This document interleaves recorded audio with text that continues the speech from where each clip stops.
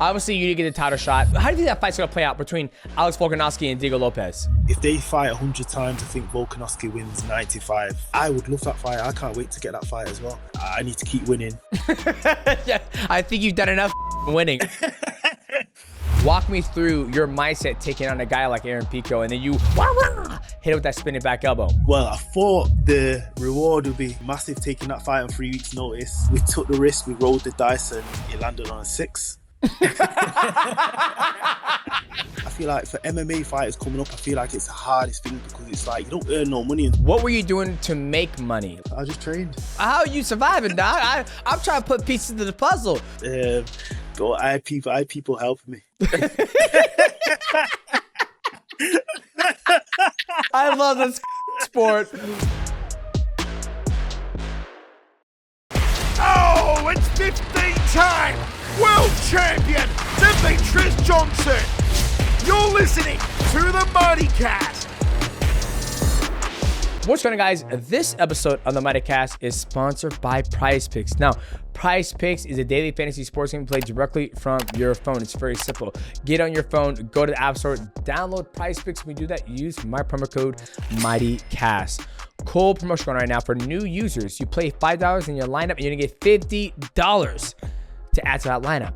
Now, guys, they have everything under the sun. They have NBA, NFL, NHL, Call of Duty, you name it, they got it. Just make sure you get your picks in at the right place, which is PrizePicks. Now, shout out to PrizePicks for sponsoring this episode of the MightyCast. Hope you guys enjoy this chat with Lerone Murphy.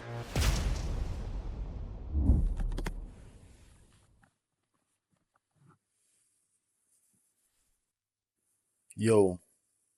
Yep. Is that good? Yep, it's perfect. Perfect. Perfect. Yeah, it's on my lap. Just a sec. You don't want that on your lap, man. Not burn your balls and you won't be able to have children later. It's true. Well, I was going to say you were probably the first guest that's been on time, but I would have to, not say that anymore. Actually, you and Ariel White have probably been the most punctual people to join us on the MightyCast. So, Lerone Murphy, it's very nice to meet you. How you doing today?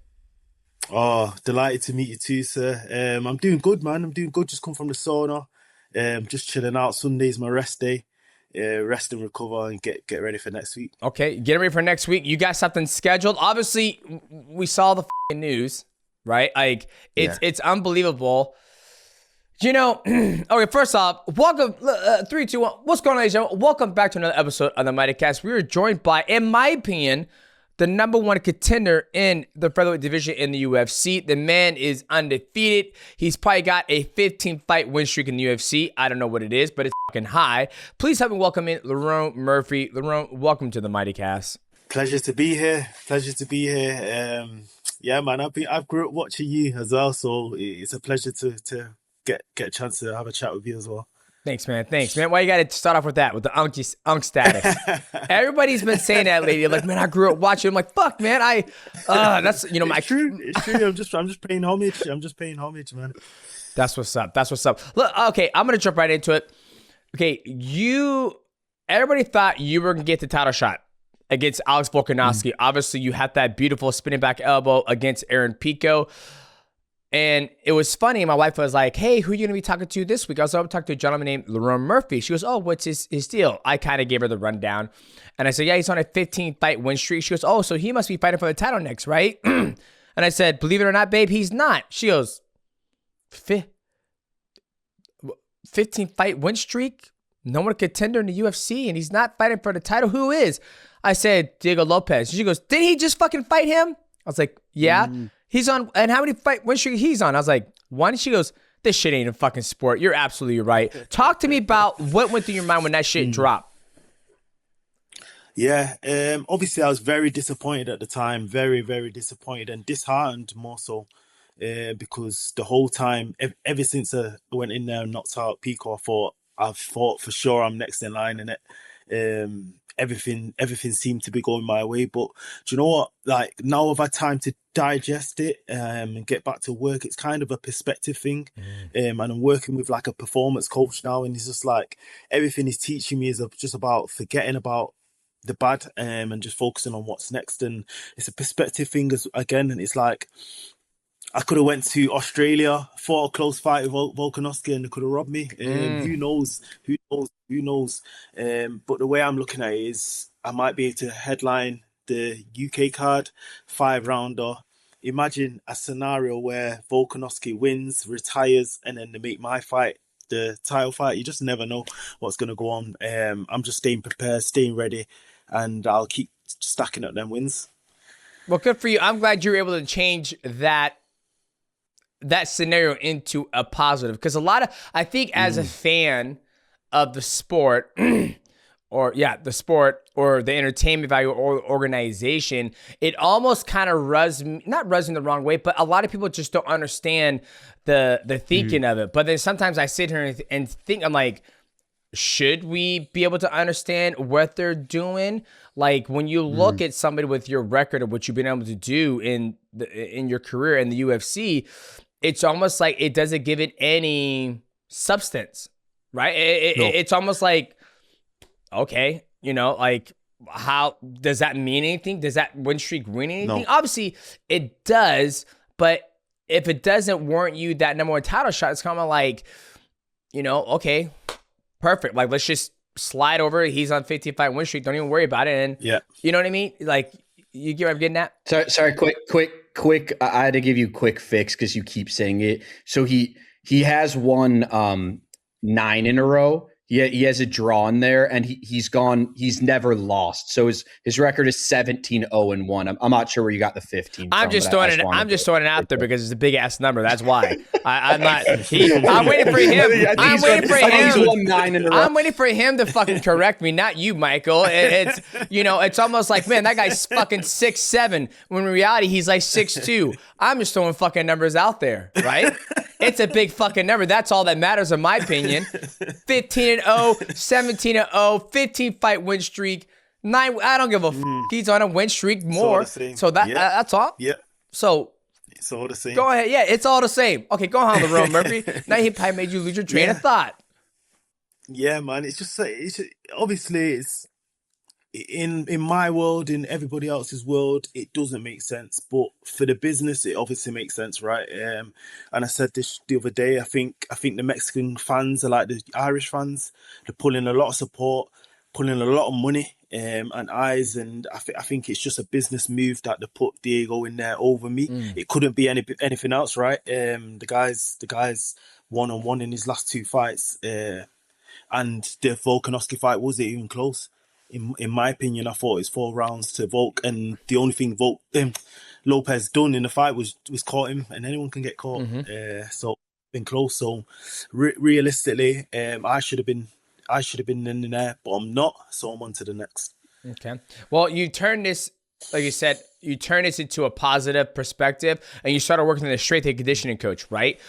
You weren't working with him before. Like, you just started? No, a sports performance coach. A sports performance coach. Okay, talk to me about that, because I felt like that became a thing almost at the tail end of my career. Like, you started seeing a lot of athletes talking to a therapist essentially about, am I good enough? Am I ready? Am I prepared? I remember Lomachenko would say his dad would record every single training session. That way, when it got the week of the fight, they would sit there and play the whole training camp, just the highlights of it, just to show him, like, hey, you are prepared, you are ready. Because like, when you go 8 weeks in the training camp, you almost forget. It's like, it becomes a norm, and it's like, am I ready? I've been doing this for 8 to 10 weeks. So you just started talking to a mind coach. Talk to me about that. Yeah, for me, I just know I can get a lot more out of myself. It's not that I'm weak-minded or anything, because I've been through everything. I believe I'm one of the strongest-minded people in the world. But when it comes down to performing, it's even like sparring day. You've got more experience than me. Some days you go in there, you're carrying baggage from just life in general, and you don't spar right because you're thinking about other things, right? And it's just getting used to and learning how to switch off from other things and just focusing on one thing. And I believe that'll bring the best out of me. And how long? And like, tell me about your first session. Have you had a session yet? Yes, so I've done maybe the guy's called Vinny Sharman. You might know him. He's been on Joe Rogan and stuff like that. I think he's pretty well known. He's very good. He's from local. My first session with him, he actually he actually used to train under my late uncle, which is crazy how everything's just like connected. My uncle Oliver Harrison, rest in peace. Yeah, I used to train under him, and when I went in there, I just had like a conversation with him, and it felt like I'd known him for years, and it was just easy for me to like just speak to him properly, and he just kind of understood of my way of thinking more so than anything, and it's just like I'm kind of thinking of the end result and things like that instead of just focusing on my performance, and that's why I believe I've been a slow starter in the past. Because some things just wasn't lining up, and I think I've got over that hurdle now. Sparring much better, everything's just locked in, man. So I can't wait to have my first fight after this. How old are you? I'm 34. You're 34. Okay, so you're still young. When did you start? Let's go to the beginning. When did you start doing combat sports or any sport? Because when I look at your fighting style, you're very athletic. You have great hands, you mix it up very well. You transfer your weight well when you throw the body shots. What was the very first sport you started playing? Because you have an athletic background, I feel like, super athletic. Instead of like, when I look at a karate guy, I can tell he's karate, right? Because he moves a certain way, where for you, obviously you're black addicts, so you got that going for you. But what is your base in sports? So I started out playing football from a kid, probably maybe about 7 years old. Used to play football outside, played for football team, school, etc., etc. Never got into combat sports until 22 years old. That was MMA. But I would say I've got brothers and I've got cousins, so we used to put on the boxing gloves and just fight. So, but I never got coached. But I've always known how to like fight a little bit. But my first training session was 22 years old. Wow. And that was MMA, straight into MMA. Wow. And just for the fans to know, when he says football, you probably mean American soccer, but Soccer, UK. Yeah. So nothing, no basketball, no wrestling, no jiu-jitsu. So the first training session you ever had in your life was at 22 years old. Yes, MMA. Wow. MMA. The end of 2013 it was.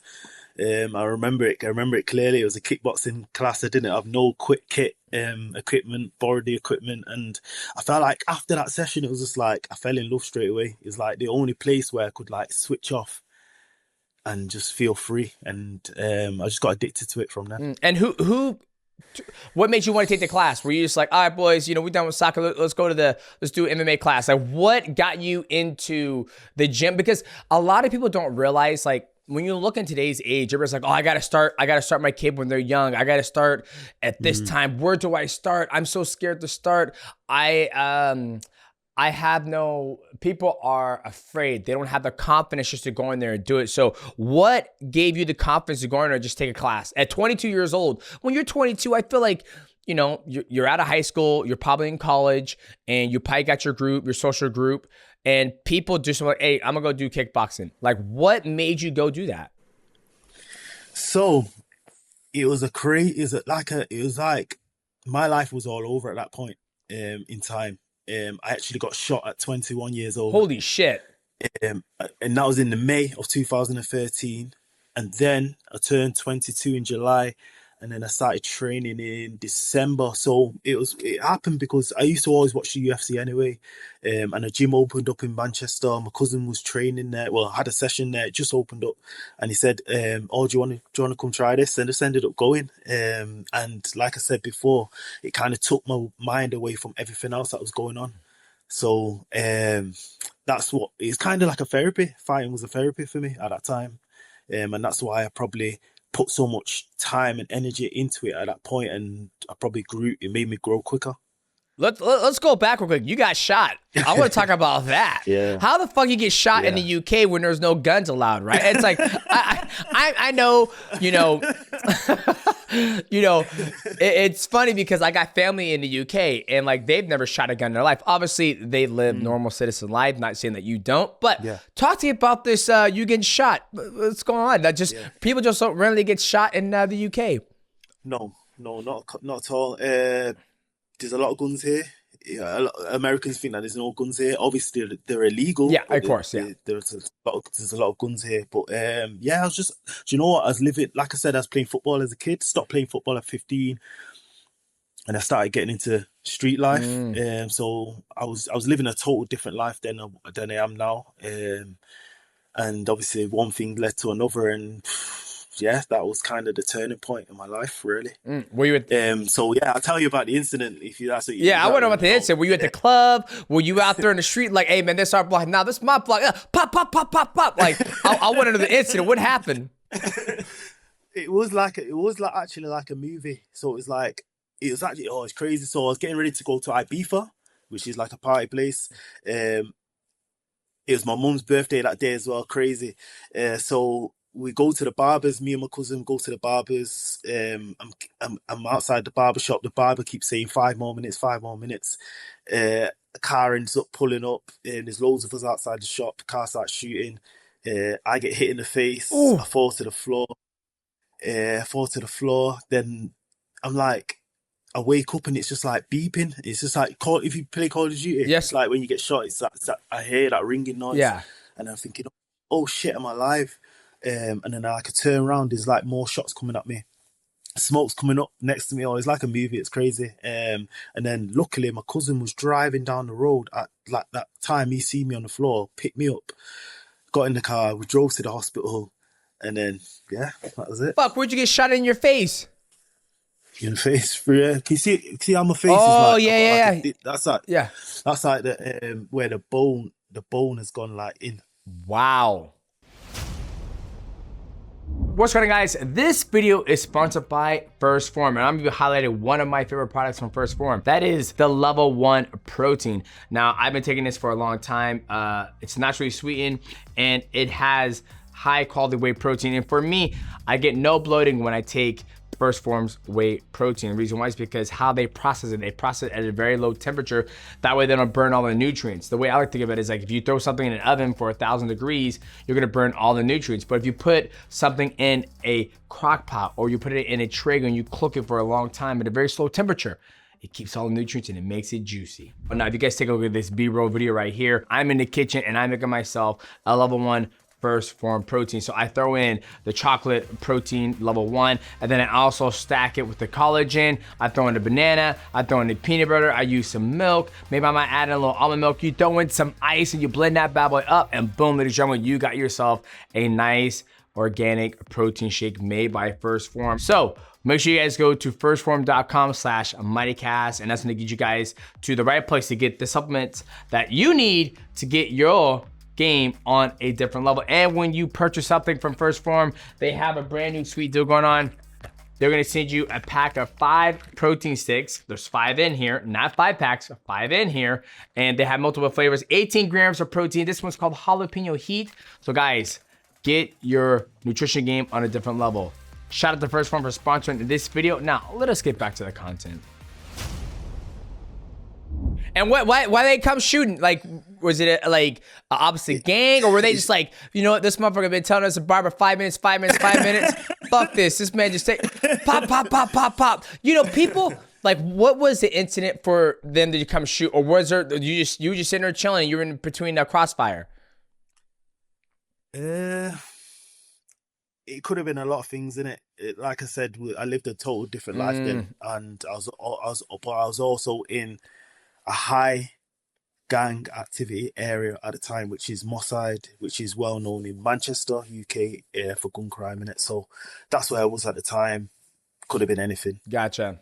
Well, I'm glad you made it out of there. Thank you for sharing your story, because you know, I just think there's no reason for gun violence, right? Like I don't want to go in a whole podcast about gun violence. Like, you know, I own firearms for you know, protection reasons, but fuck, man, that's just crazy. I'm glad you're done with that life, and that's what led you down that road to go, you know, find mixed martial arts at your first session.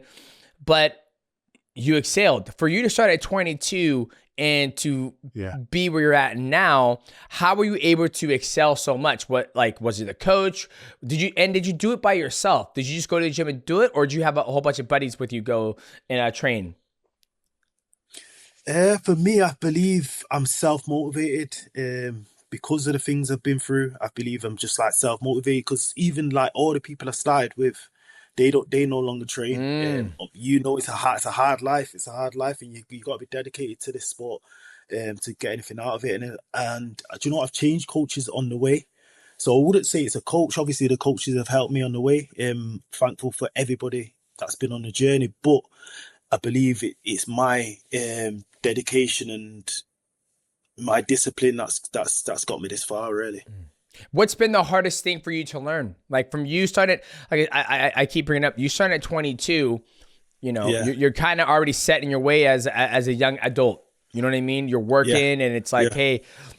Like I started when I was 18, but I had wrestling, track, cross country, you know, just as much as your football. But I had some type of physical sport where I'm grappling somebody, pinning them down. So what was the hardest thing for you to learn when you started doing mixed martial arts? Do you know what? To be honest, I've always been a dedicated person to anything I do. Like anything I do, I wanted to do it at the highest level. Anything I do. So I've always been like that, and I'm very competitive as well. And anything, computer games, card game, anything I do, I'm competitive in. So for me, not really. I don't think anything was hard to learn. Obviously, the wrestling's hard, but for me, more so, I think the injuries of the sport have been the hardest, really. For me, the understanding, like, getting injured and just getting over them hurdles, that's been hard. I've had a lot of time out during that time as well. I think I've had 2 years out of my UFC career. I've only been in the UFC 6 years. I've had 2 years out injured. So yeah, it's just been plagued. What was the injury? And I think that could be a test too. This is my theory and a lot of other people's theories in the gym is usually when somebody comes into the sport at 22, their body hasn't learned how to take that trauma of wrestling or being punched. Or like I had a lot of friends that I trained with. One of them was James. He would always have injuries because he grew up doing wushu. And so him being pounded on with the wrestling and the jiu-jitsu, his body was super flexible, but in certain ways it would just boom, injure, like the LCL, MCL, LCL, popliteus, stuff like that. So for you playing football, you would have that agility, that pop, pop, pop, pop, like moving footwork drill, but maybe somebody taking you down or just your body taking that blunt trauma, maybe your body had to adapt to it. So what was the injury that plagued you? What were the injuries that plagued you over your career so far? Yeah, that would make sense because I train with wrestlers that have been wrestling from kids, and it's just like their bodies are just different. Like they're just solid everywhere. It's just different. But yeah, I had an ACL tear. That was at 15. That's why that's football. That was a football injury though. Stopped playing football. Then I broke my hand. That was my first pro fight. Plates in my hand. Thumbs, tore my thumbs. Knee injuries. But the one that I've had while I've been in the UFC was the SC joint here. Have you ever done that one as a wrestler? The clavicle, yeah. Yeah, it's nasty. It's nasty. So that snapped. And I had a disc herniation in my neck as well at the same time, same injury. And that put me out for like 18 months. Damn. And what did you do for recovery? Nasty. Did you get some stem cells? I got stem cells, yeah. I went to CPI stem cells. Dominick Cruz hooked me up with that. Thank you to Dominick Cruz and Scotty Nelson down there hooked me up. And that helped massively. I was very surprised of the results, really. Damn. And then now you talked about all these injuries. Talk to me about like you had your first training session at 22. Walk me through your amateur career, right? Because I'm assuming you're working when you're doing this, right? Because you ain't making no money at 22 at fighting. So walk me through that process, because I think people who are going to listen to this are going to be shocked that you started at 22 who don't know your story, right? Everybody thinks for you to be successful in anything, you have to start when you're very young age. But for you starting at 22, what was that process like? You know, your first amateur fight, then your first, regional pro, and then till you get to that UFC? Yeah, so like I said, as soon as I had my first session, it was pretty much I wanted to stay in the gym. I didn't want to leave the gym, and I was training with pretty high level guys at the time. So I felt like, when you're losing rounds and getting beat up, that just makes you grow quicker. So yeah, I had my first amateur fight after about. No, I had an interclub actually first. That was after about 3 months or so. I won that by Kimura. I've never got a submission win in my pro career, but yeah, I won that. Then I had my first amateur fight after 6 months, and I only had 4 amateur fights before I turned pro. But I had some good fights. I won amateur title 3-0. Yeah, I got a few finishes as well. I think there was all my amateur fights were finishes as well. So I started off finishing. I was very aggressive coming up, and then I made my first pro debut in 2015. Fought a tough guy, went the distance, broke my hand in the first 20 seconds. Damn. Yeah, it's crazy. It's crazy. And then I went to San Diego. And that's when I went to San Diego and I stayed at Dom's house and he trained for Dillashaw. I think that's really what changed my whole perspective on this MMA game. Yeah, I just seen what I really wanted in it, because obviously he was at the top of the sport at that time, yep. And I really got insight to the sport and what I can get out of this as well. And even sparring with the guys that was in the UFC at the time, I was only an amateur and I felt like I was holding my own. So I knew it was in touching distance, and I feel like that's the biggest thing I took away from that trip. And when I got back from there, I was just hungry and just go. And then what brought you to San Diego to train with Dom? And because like you said, that was at the peak time where Dom was dominating everybody. You had TJ, he was doing his thing. I was doing my thing. Henry was doing his thing. Yeah. Joseph Benavidez was around. Like, what brought you to that connection of training with, those legends at that time? Yeah, so my coach at the time was Brendan, and he must have trained with Dom through Ultimate Fighter or somebody else. It's just like connections and connections.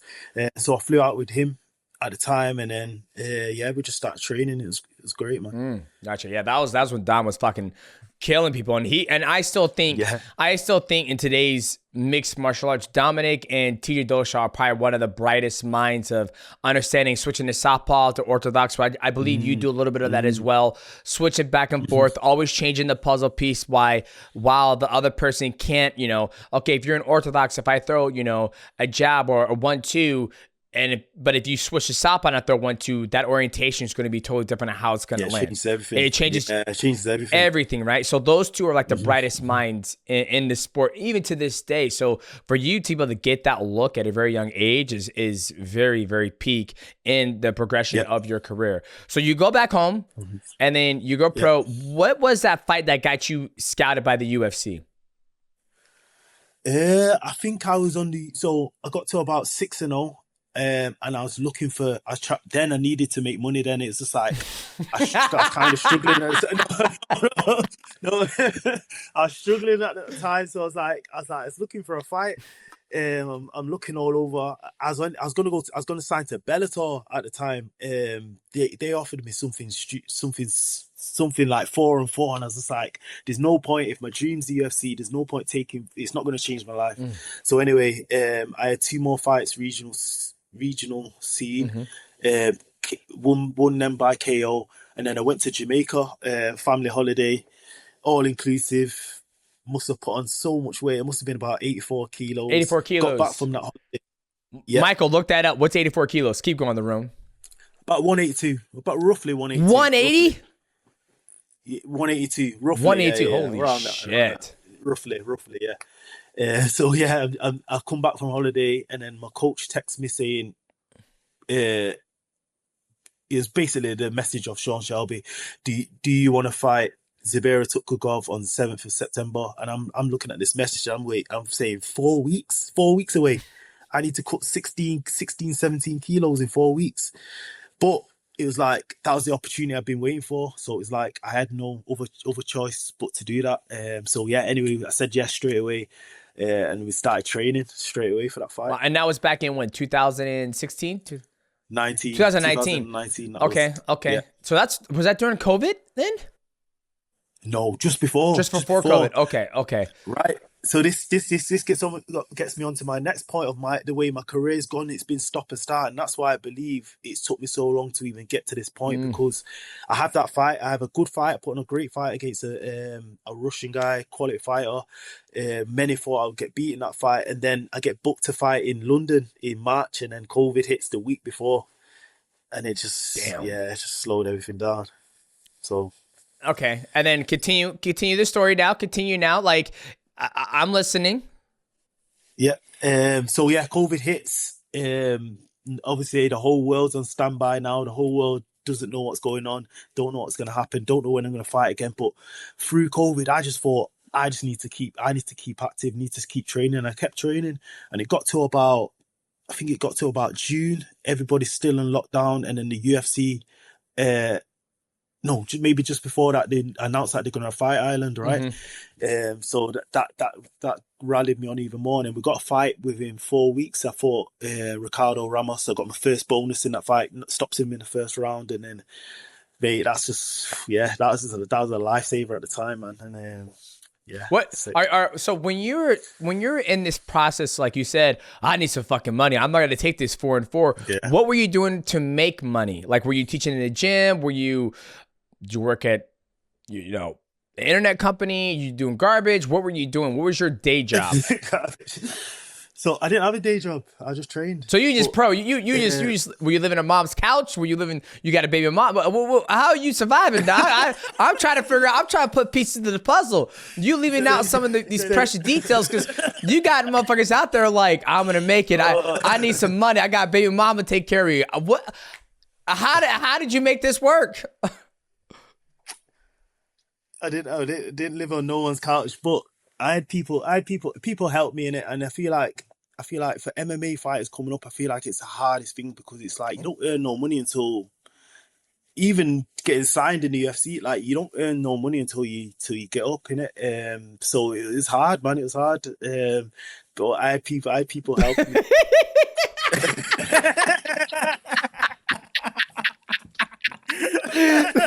I love this fucking sport. That's why it just always amazes me, because everybody's path is fucking different, right? It's like, you're doing your thing, you get shot, you go to the gym, and you're like, oh man, like anybody else, from what you're saying, anybody else who's struggling would have taken that Bellator contract for 4-4. That's $8,000. That's, you ain't seen money like that yet, right? But you had a goal to, I'm going to wait. And then you waited. And then, right now I have a buddy who's a fighter, and he's 125. And, he was like, man, how do I get in the UFC? And he's undefeated, right? But now they have a Dana White Contender Series where they're like, we're not signing anybody, either if you let you come to Dana White's Contender Series, or you take a short notice fight. And for you, you got that short notice fight. If you weren't ready or not willing to make that sacrifice on the all-inclusive Jamaica, vacation, you might not have been in the UFC. You know what I mean? It might have been take you even longer, or maybe it's almost like a window comes, it opens, you got to jump through it. If you don't, it might not open anymore. And so for you to stay strict and disciplined on whoever's couch you were on, it worked out. And it's always funny to hear that about MMA athletes. Like, I don't get much opportunity to talk to NFL stars or basketball stars or anything like that, but usually they get drafted out of college. So that's why I like to know every single detail, because there might be somebody out there, at the gym trying to make it. And I tell them all the time, I was like, dude, if you don't have a job that can pay your bills, MMA becomes like a nightmare to them, right? Yeah. They start training because I better make it, or I have to make it. And then next thing you know, they wake up and they're 35 and they're not in the UFC and they're fucking broke. They have nothing to show for it, right? So that's why I'm always trying to dig to get everything out of you, just so the listeners who have those dreams and aspirations to get to the UFC and start making good money, they need to hear this, It's a rough one. It's hard, and I try to explain this to the younger guys in the gym as well. It's like, it's one of them things where it's a big gamble, and it's like you have to be all in. You have to be all in on it, otherwise there's no chance. But like you said, you can get to 35 and look around and be stuck in it. But if you love this sport and love the game and this is what you want to do, you have to just go all in it. Now, do you got any kids, Lerone? Are you married? I've got a little boy and he's 8. Okay. So you had him young then. So you had him when you were like, what, 20? My math. 25. 25. Wow. Okay. How's that? Yeah, so you're juggling, your child. You're also trying to make things work. How were you able to do that? Yeah. I feel like that was the motivation, that was the motivation as well. It's like, that was just more wood to the fire. It's like, you've got somebody else that's relying on you now. It's not just you. And I've got to make this work. I have to make this work. Like there's no other way. I have to make this work, and I have to make him proud as well. Like one of my dreams always was that my son would be proud of me and he would look up to me. He would tell his friends about me, and that's happening now. It's like, it's just a great feeling. It's a great feeling. It's just one of them things where it's just, it's motivation, man. Motivation. I love that. Now, right now, let's talk about that big fight that got you, in my opinion, that number one contendership spot. You fighting Aaron Pico. Obviously, there's a big shift of, Bellator gets sold by PFL. PFL has all these amazing athletes, Pitbull, Aaron Pico, Patchy Mix. These guys are on a PFL. PFL lets them go. The UFC signs these high-profile athletes that's not inside the UFC. Obviously, Patchy Mix comes over. He goes 0-2. Pitbull goes 1-1. And then you had Aaron Pico. Aaron Pico's had some ups and downs in his career, but he's also a young athlete. Comes in, he's taking on you. Walk me through your mindset taking on a guy like Aaron Pico, and then you hit him with that spinning back elbow. Do you know what? I obviously knew his level, and I think, to be honest, my opinion, I believe he's like levels above the rest of the Bellator PFL guys. I believe he's one of the best in the world still. And going into that fight, I knew what I was up against, but I knew I thought the reward would be massive taking that fight on 3 weeks' notice. They keep you keep getting. I'm sorry to cut you off. It seems like maybe 55 to 60% of your fights in the UFC have been on short notice. A good couple of them, a good few of them, yeah. I feel like you keep saying short notice, and it's like, Doug, when you're on a fucking I want to make sure I get it right this time because I don't want to say 15 fight win streak, 7 or 9 fight win streak, right? When you're on that win streak like that, you shouldn't be getting short. It's like, what the fuck, guys? I'm creaming the crop. I'm not. Go find another motherfucker who on a goddamn Jamaican vacation. Ask them take short notice fight. I'm like number 1, number 2. Top rank, right? Yeah. I'm like, why are they giving you a short notice fight when there's plenty? That's what I'm saying. Come on, babe. I'm sorry. That's what I'm saying. Then it come down to me. I looked at it like perspective. I'm very trained on perspective. So I look at it from my point of view. It's like these guys are not rating me if they want me to fight this killer on 3 weeks' notice, and I'm a contender for the title. No. Did they not want me to go for the title? I don't know. And then I looked at it from the other perspective of the opportunity that I'm getting, fighting on a co-main event against what I thought I took the number 1 contender spot. Movsar dropped out. There was talks that was the number 1 contender fight, right? So for me, it's the opportunity. I only had 3 weeks to prepare for this guy. I train all year round anyway, so that's why I was able to take that fight. I was in great shape. We took the risk, we rolled the dice, and it landed on a 6. We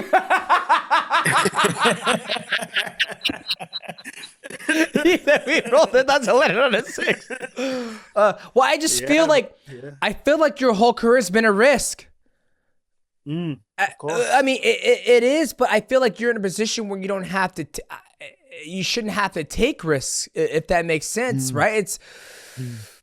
Like another thing that caught my eye besides your fighting style was you were very outspoken about like you have to, if you're not popular, you're not going to get the opportunity that other people who are popular get, you know? And I was like, oh, that's very interesting. And I was like, it's very rare to see an app. I felt like I was like that a little bit in my career. I was like, dog, like they're not fucking paying me. Like I'm the best in the world, but you're not fucking paying me like I'm the best in the world, right? Like if I was the best wide receiver, or Saquon Barkley was talking about it too in his documentary. He was like, dude, if you guys consider me the best wide receiver in the world, pound for pound, best fighter in the world, fucking pay me like I am, right? So I feel like your whole career is like you're gonna fight Aaron Pico on 3 weeks' notice, right? Granted, you saw it as perspective, like, hey, I'm about to make another bag, and maybe that might get me the title shot. But it's almost like you took the risk, you roll the dice, you land a 6, you knock him out, and you got paid. You know what I mean? Like it wasn't like, Kate, you know what? You've been taking fight after fight on short notice for us. We're gonna pay you back for your dedicated hard work for us, right? And I feel like when you do those interviews, you feel like you're slightly being disrespected, and it puts a chip on your shoulder. Yeah, 100%, and that's what I thought that trade was kind of thing for me. Obviously, we're prize fighters. We need money. We need to fight. But bro, I want that crack at the title, bro. It's like that's legacy right there, and that's to set me up as well.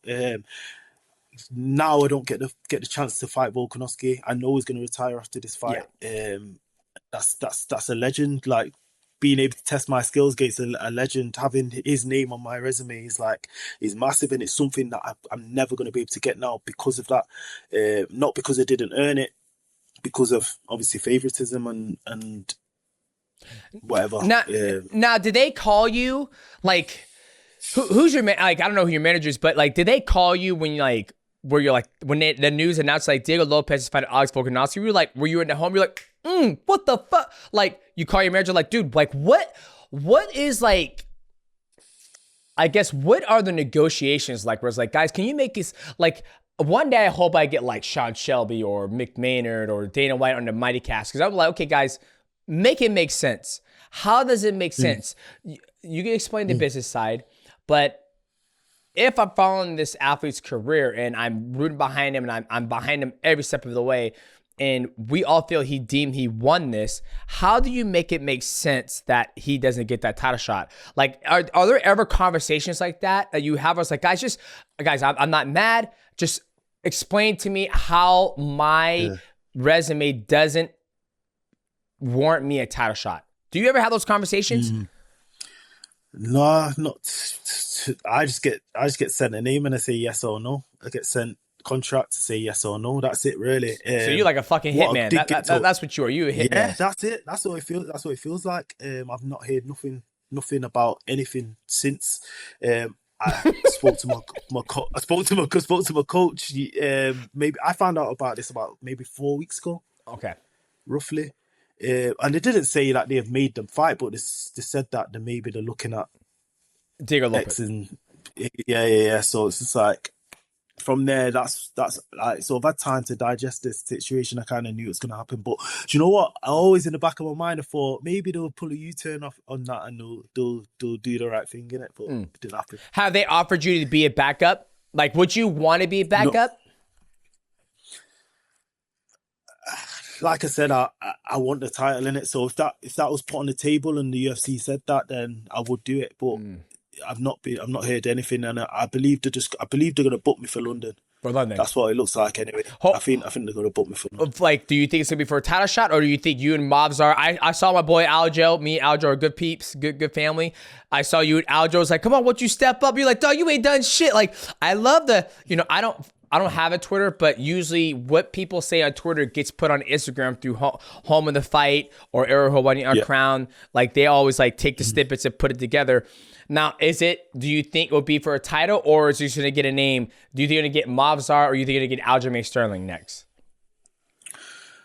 I think it's going to be either one of them two. I don't care. And these guys are obviously people hype up fights, right. They know that if you cause an argument on Twitter, maybe the matchmakers see it, catch wind, boom, boom, boom, they make the fight. There's a bit of backstory there in it, and I think maybe that's why these guys do it. But in my eyes, we don't make the fights, bro. Like the UFC are going to send me a name, and I'm going to say yes or no. That's it, simple. And I'm just waiting on the fight. To me, that's the same fight. Aljamain Sterling and Mofsar, same fight, same problems, similar styles. So yeah, I'm preparing myself for that fight in March. And like I said, however Volkanovski and Diego Lopes goes, if Volkanovski wins, then it's a vacant title. Yep. My fight might be for the title. That's what I'm hoping for. Maybe not. We'll see. And is that why you stay in training camp all year? Right? Like, I'm following you on social media. You're hitting the pads. You say you just got in sparring. You got out of the sauna. Is that why you stay in camp all year? Just because you've come accustomed to taking the short notice fights? Like, hey, you know what? Diego Lopes got hurt. Are you ready to take it? This is your opportunity. You better take it. Is that why you stay in camp? And if that's so, do you ever, you're probably going to say, no, you don't, but do you ever get burnt out? Like, I got burnt out. Like, I mean, it's just the honest truth. Like, even right now, I haven't trained jiu-jitsu. Well, I got sick, but I haven't trained jiu-jitsu for almost 6 weeks, probably about 5 weeks, and my knees feel amazing right now. So, don't want to answer the question. I'm sorry. That was a tangent. Yeah, so it's, yeah. But I know how to structure my training now. Been doing it for many years now, I feel like I know how to ramp it up when I need to ramp it up and slow it down when I need to slow it down. But I train at like I train all year round in it. But yeah, you're right. You can get burnt out. But then I know to take the foot off the gas, maybe for a week or so, just hit pads, something light, cardio, whatever, and just bring the training up and down, man. But I'm ready to go. I feel like I've come on leaps and bounds since the last fight. I learned a lot. And I'm just ready to just show my ability now and just take out one of these next ton contenders. Who do you train with? Do you train with any other athletes in the UFC? Because I know, are you in Manchester or were you at? Yes. So you're in Manchester. So Manchester, is Brad Pickett there? He's in. No, they're London. They're London. Okay. They're London. 'Cause they're Britain top team. Who are you training with? That's also like, are you training with a whole bunch of hobbyists? Or are you training with other guys who are professionals, amateurs? Like, what's your gym circle like? So my training squad now at the minute, I've got a lot of guys that are up and coming, but they're good enough to fight top 15. I've got a guy that's very experienced, Jordan Barr, he's always in my corner as well. And he's been fighting just as long as me and is just as good as most of these guys that I fought. He should be in the UFC, but he's not again. And I've got Ibrahimov. You might have seen him on PFL. He's like 10-0, Dagestani wrestler, high quality fighter. Got Callum Connor, Muay Thai specialist. So I've got guys that I'm training with, high level guys. Might not be big name value, but they're high level guys, and I've got bodies for all styles. That's what's up. I feel like your vibe is almost like, everybody's vibe is always different, but it feels like you train with a lot of people who aren't injuring you. It's like, you know, when you hear, you say, oh, this guy trains with, you know, you look at Aljo, he's training with Marab, he's training with Andre Philly, he's training at Syndicate. It's just a fucking factory full of athletes. You look at Kyojo Horiguchi, he's got Kyoji, Andre Moraes, Alex Pantoja, Dustin was there. Just a plethora of athletes. And I know Manchester, it's becoming a big booming scene with you. You have Nathaniel Woods, you have Tom Aspinall, you have Patty Pimlet, so I don't know if you guys all came together and like, hey, we represent the UK side of mixed martial arts or not. So I was curious, like, who were the guys you were training with inside of, you know, in your career in mixed martial arts? Yeah, well, I was supposed to train with Nathaniel at one point, and then the booked us to fight. So it's like, now I'm kind of like... But you guys two different... So now I'm like... Oh, he's at 145 now, right? Yeah. So now I'm like, I kind of watch who I train with. I've trained with like the guys at Renegade, Jai Herberts, Leon Edwards and stuff like that. But them guys are not in my category. So, you know. Okay, so now, obviously you did get the title shot against, you know, Alex Volkanovski. I think a lot of people who follow sport mixed martial arts feel that you are worthy of it. And I think a lot of people, when I talk about this, they probably think like, oh, Demetrious and Lerone, well, you have every reason to be fucking mad, but think that Diego Lopes shouldn't, or hating that I'm mad that he got it. I would say I'm not mad. I just wanted to make sense, right? Like I've been in your shoes before, right? Like defending the belt so many times. I see the guy who's next in line. You know, Joseph Benavidez, after I knocked him out, I beat him in, in Toronto. He goes on a 5-fight win streak. He gets the next title shot. John Dodson, I beat him. He goes on 5-fight win streak. Nowadays, it's like you fucking lose to the champion. You go get one fight and you come back like pop. Like you already back in the title shot. Right? It's same thing. You know, you look at Peter Yan, he just fought Merab. He took him 3 fucking years. Yeah. 3 years to get back a title shot. Right? It's like, it's almost like, you know, that's what I talk about Dana White privileges. Right? It's like how, like if they want to just say he's way more popular than you guys, he's getting a shot. That's why he's getting a shot. Just way more popular. I don't go fuck this man's on a 20-fight win streak. He's way more popular. Come out and say that. That way the fans can understand. Like, hey, dog, you got it. Yeah, we know what's what. We know what's what. Don't tell me that's a cat. Don't show me a cat and say it's a fucking shark. Like, don't do that to me, right? And that's why I feel like I have this big battle with this, was like, I'm not hating on Diego Lopes. I just want to make it make sense. Yeah. Right? It's like when I take... Exactly. That's what I said. It's like, he thinks, obviously, when you have interviews to cut certain things, and he thinks I'm hating on him. I'm happy for him. Well done. You got the title shot. I don't care. Like, it is what it is. You don't make the fight. I'm disappointed that I believe I've done more than you. I should be, and that's it. I'm not hating on you because you got the title shot. Yeah. So be it. Fight your fight, but... Yeah, and it's not, and when you say that, it's factual, right? It's like people like, it's like, I don't know if you, I'm sure you know who Oscar De La Hoya is, right? Yeah. Have you seen his Clapback Thursday where it gives you the facts? It's not talking shit if you're saying the facts. It's like you are speaking facts. It's like, okay, if you look at everything down the line, it's like, okay, dude, I'm undefeated. I have been on a hot win streak in the UFC. You have fought for the title. You lost to Alex Volkanovski. It was 4-1. I thought that was right. It wasn't close. He did rock him, but everybody gets rocked in MMA.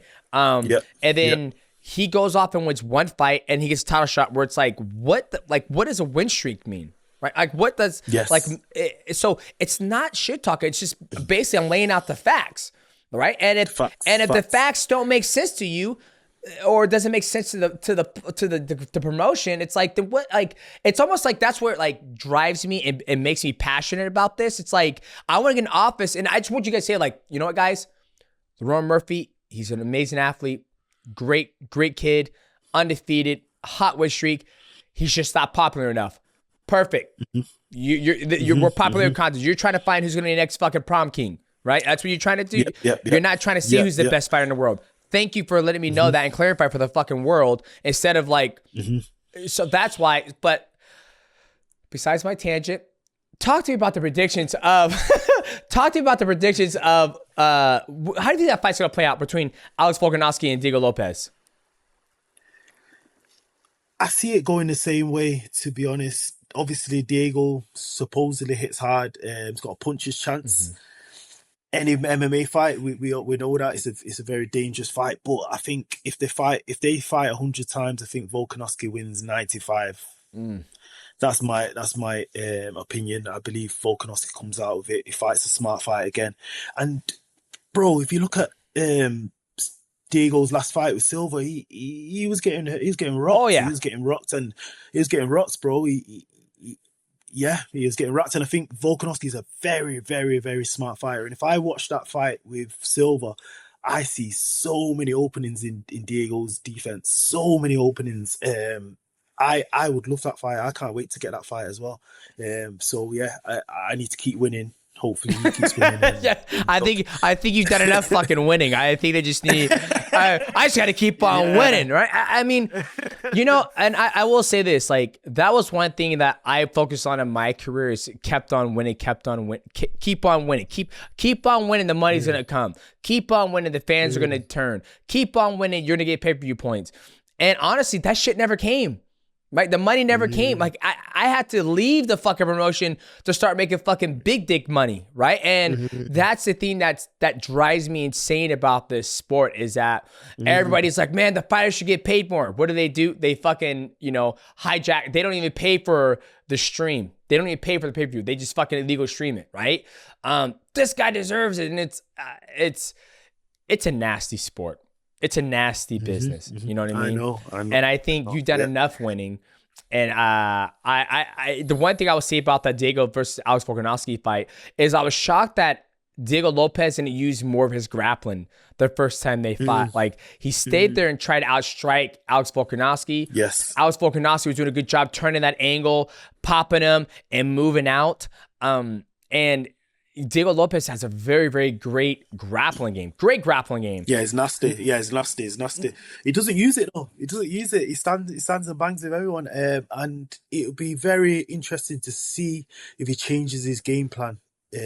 Because I don't think he's a high level wrestler, but his grappling's nasty. And I think he needs to create more scrambles, create more chaos. Yeah. And hopefully catch a neck on the way or catch the back, whatever he needs to do. But yeah, like you said, he stood in front of him and that was a horrible, great game plan against somebody that's slick on the outside, moves. Volkanovski's a master at that, isn't he? Yeah, I agree. We'll see. If I had to assume, I would hope Diego Lopes and his team makes an adjustment. I know he trains at Jackson House with Bear and, all those guys. And they have great coach over there, Marcus Buchecha, Bernardo, Leo Vera. So we'll be kind of curious to see what he comes with. But I think that's one thing he was missing from that first fight against Alex Volkanovski is that I'm pushing against the cage. I'm a bigger body, height-wise. I'm going to try to sweep you down, body lock, try to pass your guard, get your back, body triangle, and then just work you from the back. So... Do you know what another point I'd make as well is first 5-round fight, I think he didn't want to wrestle because of his cardio. I don't think he's got the greatest cardio in the world either.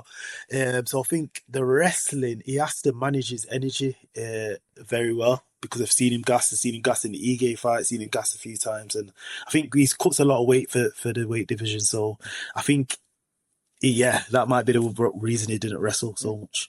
Well, shit, you cut a lot of weight, but you never seem to have a hard time, with the cardio. And the one thing that brings back to my mind is that you make adjustments in the fight. You make adjustments. I remember you coming out to fighting somebody, you had your hands up, you're throwing combinations, and he took you down. And the takedown, he got the takedown very easily, right? It was like he almost caught you off guard. Then the second one came out, you made adjustments, and then you landed that knee to him.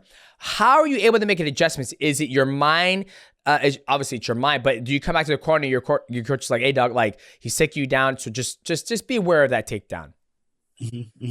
Yeah, sometimes it's just it's mind. I think that's one of my strongest attributes is making adjustments on the fly, making adjustments under pressure. And do you know what that.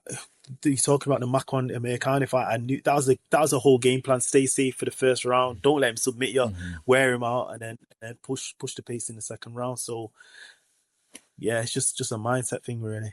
Well, you're so in the middle of the things, right? So one of the things I try to do now is I always like to ask athletes, what do they do with their first paycheck and what do they do with their last paycheck, right? Like for me, when I first started fighting and I got my first big paycheck, I went and bought a laptop at Best Buy, right? I think it was $750 the show, $750 the win, $750, yeah. So I made $1,500. I bought a laptop.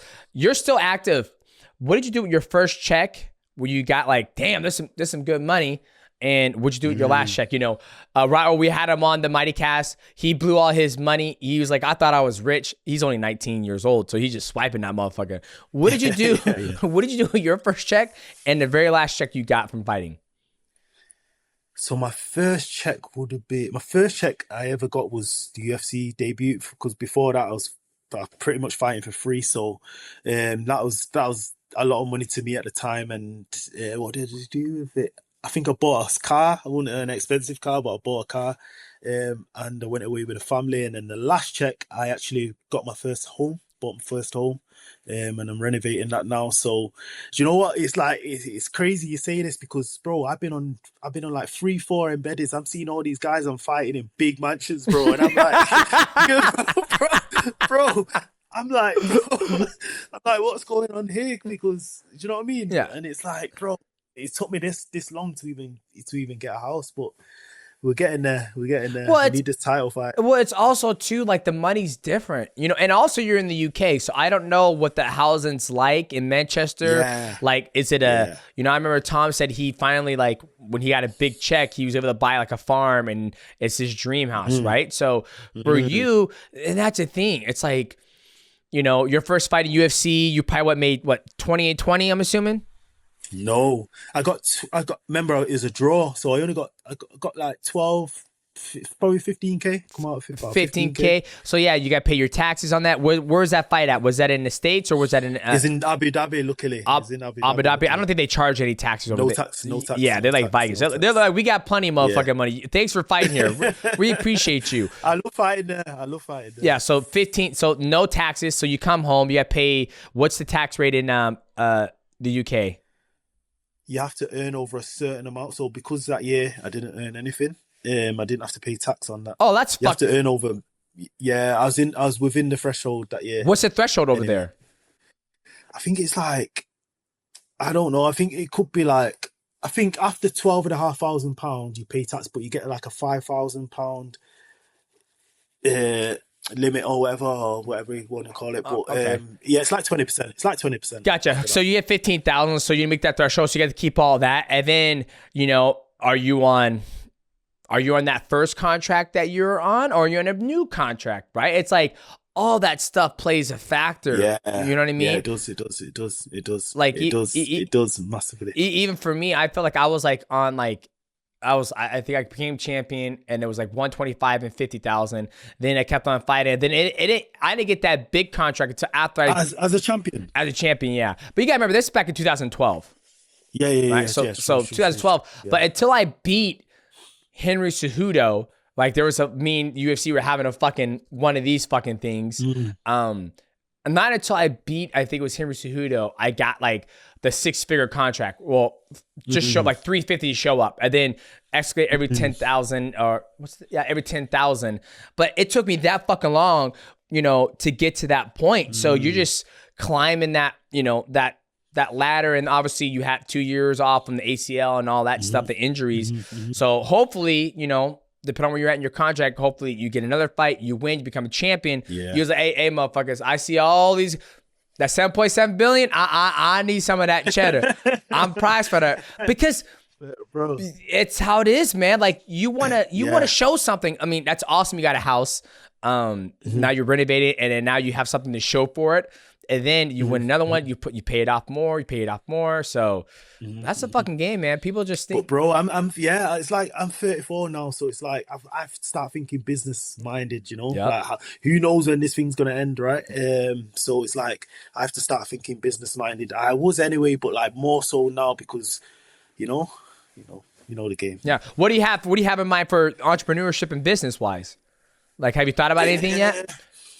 Yeah, I've thought about a few things because I've got good friends that are in the business game, but they just want me to focus solely on fighting right now. Yeah. Try build up some money and then maybe go from there. But I definitely want to do the property thing in the UK. I think it's a good time to do it. And just over business avenues so much. And I want to do a gym as well. I think that will be able to be good for me to give back to the community, especially the deprived kids. It's something I've always been wanting to do. Get kids off the streets, get kids in the gym. Because I believe if I was training from a kid, I wouldn't have gone through what I went through. I wouldn't have got involved in them things because I would have had something to aim for, would have been that discipline, you know. So I want to give back to the kids. I want to open a gym in Manchester, get some kids, get some programs running, and hopefully build up some good fighters, some solid fighters. Yeah, hey, I love it, man. Hey, don't worry. One day you'll get in that motherfucking mansion and embed it. Don't you worry about it, all right? Yeah, thank you, brother. Well, ladies and gentlemen, I hope you guys enjoyed this episode with the number one contender in the in the featherweight division in the UFC. But this opportunity to let people know how they support you, what you got coming up next, and the floor is yours, brother. Yeah, I don't have a fight yet, but I'm training. I'm hoping to be on the London card, hoping to maybe headline that card, or be a backup fight for the title. We're still training, still working. Gonna make it 10 fight win streak. Yeah, tune in. If you guys enjoyed this podcast, please leave a like, subscribe. Also, hit the bell to know go live and follow this man on all the social media so you guys can know when he's going to be fighting next. As always, we'll see you guys in the next episode of the MightyCast. What's going on, guys? Welcome back to another episode of the MightyCast. And this is the part where we recap everything we just went through with our guest. And our guest was Lerone Murphy. We call this a Mighty Recap. So, Lerone Murphy, what made me wanted to have this conversation with him is, dude, he's on an amazing win streak in the UFC. And I think a lot of people were kind of like shaking their head like, Lerone Murphy's not getting a title shot. It almost reminds me of when Pete Carroll was on the 1 yard line and he decided to throw the fucking ball instead of getting it to Marshawn Lynch. It just doesn't make sense. And for him to be able to have the mindset to change his perspective, like, hey, you know what? I didn't get it. It gives me more opportunity to prepare for when that opportunity does come. I think it's a good way to look at it, but at the same time, you got to look at it. There's a side of him who's like, dude, I should have got that fucking title shot. Like, I'm 34 years old. I'm trying to make a good living. Not that he's not now, but once you become a champion, the money just becomes totally different. And we only have a short window of opportunity to make as much money as possible in this sport. So him being 34, and now it's going to go to Alex Volkanovski versus Diego Lopes, which that's still a great fight. And I want to reiterate, and I want to stress this enough. Me having my thoughts and wondering why Diego got it over Lerone Murphy is not a part. It's not me talking shit or me being upset, or it's me questioning the thought process behind the matchmakers. It's me questioning the legitimacy of the sport of mixed martial arts. Usually when an athlete is on a win streak, he has the highest win streak in the division, he is deemed, he should be the number one contender, right? Was John Silva the number one contender? Was that a number one contendership spot when Diego Lopes and John Silva fought? I'm not sure. John Silva was on a win streak as well. So if he would beat Diego Lopes, would that got him a fight? I think in today's mixed martial arts, people are getting rewarded a title shot, which is the most prestigious title you can have in mixed martial arts, is a title shot, obviously, right? People are getting this prestigious opportunity after winning one fight. Now, I want you guys to sit down and think with me. You had your opportunity to fight for the belt. You lost. It was 4-1. I think everybody feels comfortable saying that. I felt Alex Volkanovski won that fight in dominant fashion. And then Diego Lopes goes off and beats John Silva. He gets rocked there. It was a back forth fight. It was a war.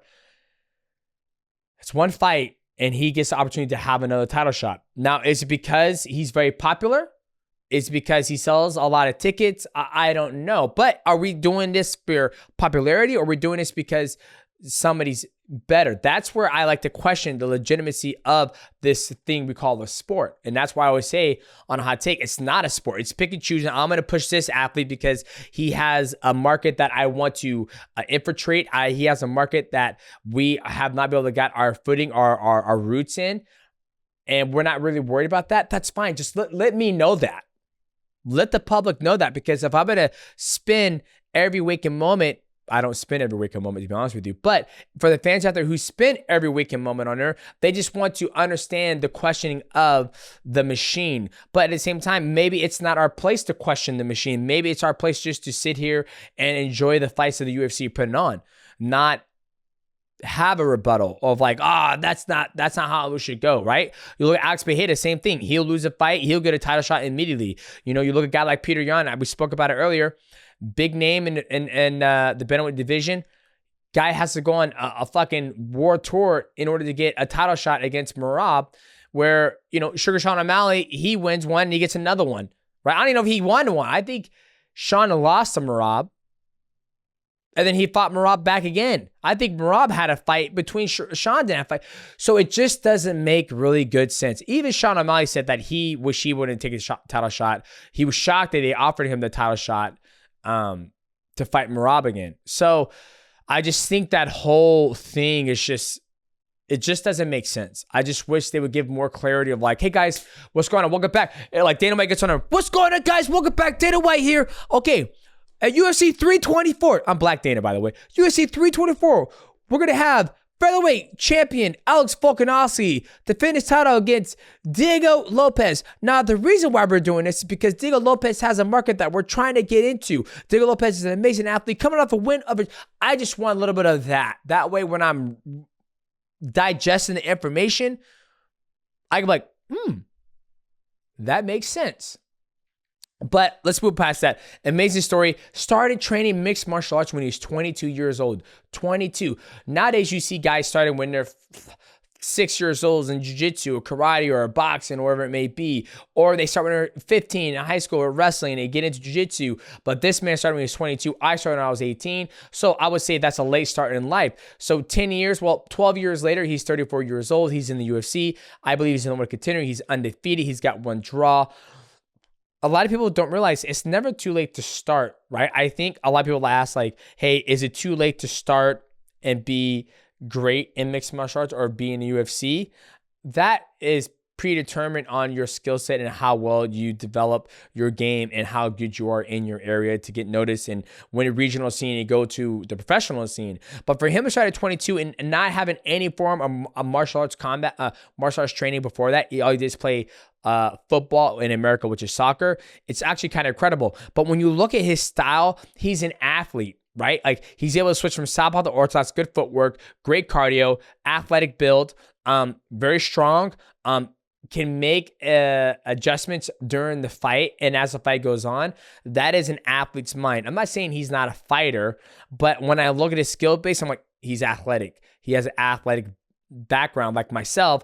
I was never a fighter. Even to this day, I was never a fighter. I was an artist that was able to express my art through my fighting. And I understood that if this person is good in this area, I could take him in this area and beat him there. And then through the transitions, I'm able to beat them up and excel and then get them tired and able to beat them.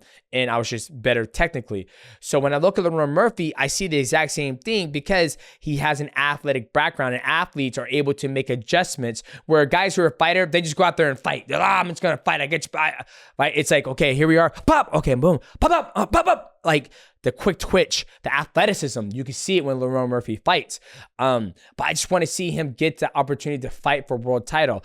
And I said too, his career seems like it's been a big fucking risk. How is somebody who's on that amazing win streak taking short notice fights? There ain't nobody else taking alpha. There ain't get number 11, get number 12. Once again, I just wanted to make it make sense and understand it.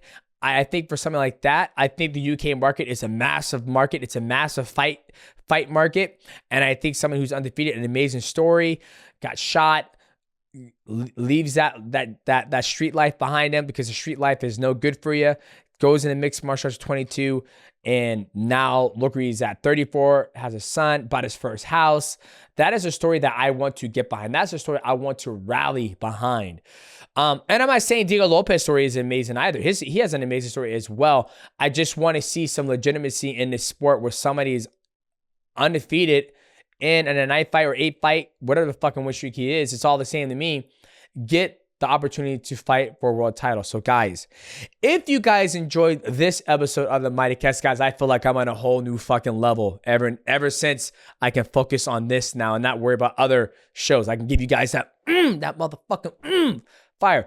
If you guys enjoyed this episode of the MightyCast, please leave a like, subscribe. Also, hit the bell to never go live. Make sure you guys go follow Lerone Murphy. He has a YouTube channel. We were talking about that after the show. He wants to get in the YouTube game, and I said, man, just post. Just post. Don't worry about editing. Don't worry about nothing. Just post. Because I feel a guy like Asmongold, he posts whatever the fuck he wants.